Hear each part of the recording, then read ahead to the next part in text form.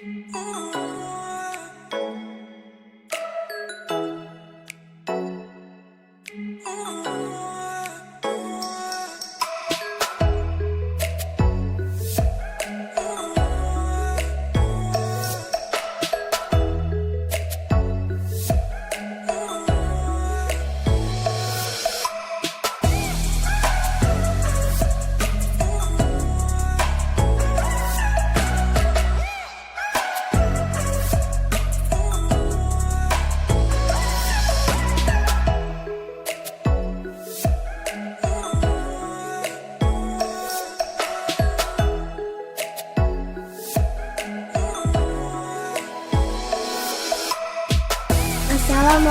warahmatullahi wabarakatuh.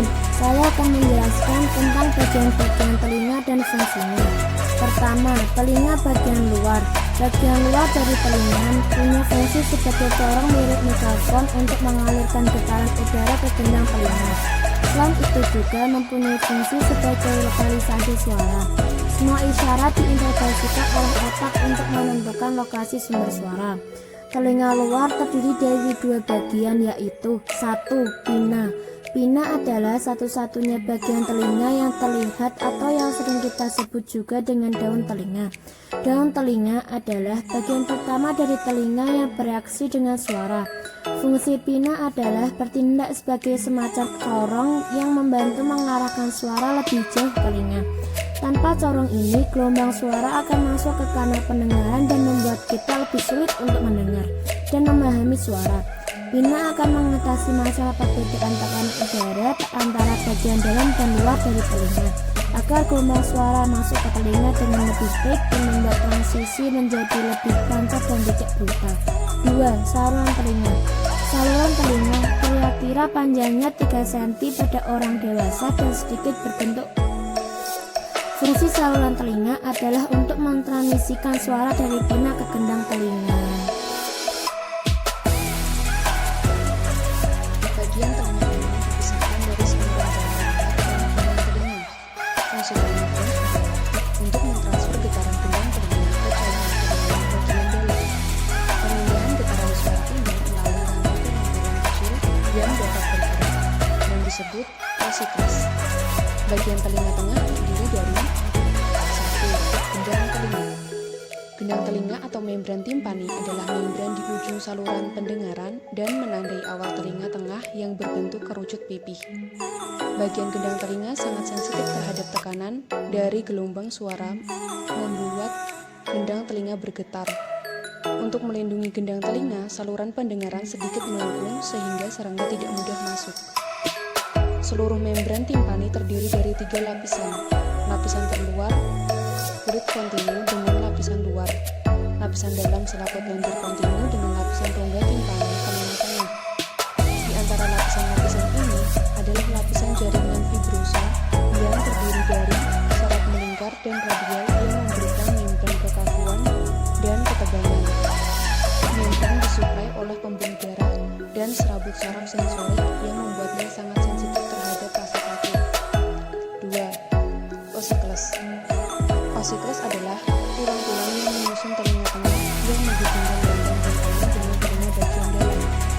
Ada 3 tulang, yaitu malleus atau pale, incus atau landasan, dan stapes atau sanggurdi. Gelombang suara yang masuk akan menyebabkan getaran pada gendang telinga. Selanjutnya dari getaran akan dilanjutkan ke osikles yang akan memperkuat suara tersebut dan mentransmisikan suara dari membran timpani ke telinga bagian dalam. 3. Tuba eustachius. Tuba eustachius punya fungsi untuk membantu ventilasi telinga tengah dan menjaga tekanan udara yang sama di kedua sisi membran timpani. Tuba akan tertutup saat istirahat dan terbuka saat kita menelan sehingga telinga kita tidak mengalami tekanan yang berlebihan. Tuba eustachius dilapisi dengan lendir seperti bagian dalam hidung dan tenggorokan. Telinga bagian dalam. Telinga bagian dalam adalah bagian terakhir dari telinga yang memungkinkan kita untuk menerjemahkan gelombang suara menjadi informasi yang dapat dikenali. Telinga bagian dalam terdiri dari koklea, vestibular, dan semikular. 1. Koklea. Tahu kan, kalau di dalam telinga kita ada bagian yang berbentuk seperti rumah siput.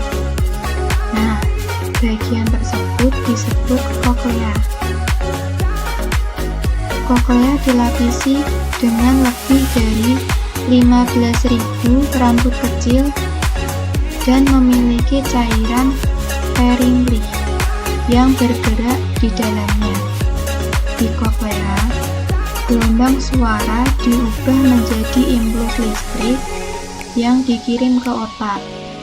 Otak kemudian menerjemahkan impuls ke dalam suara yang kita ketahui dan pahami. 2. Vestibular.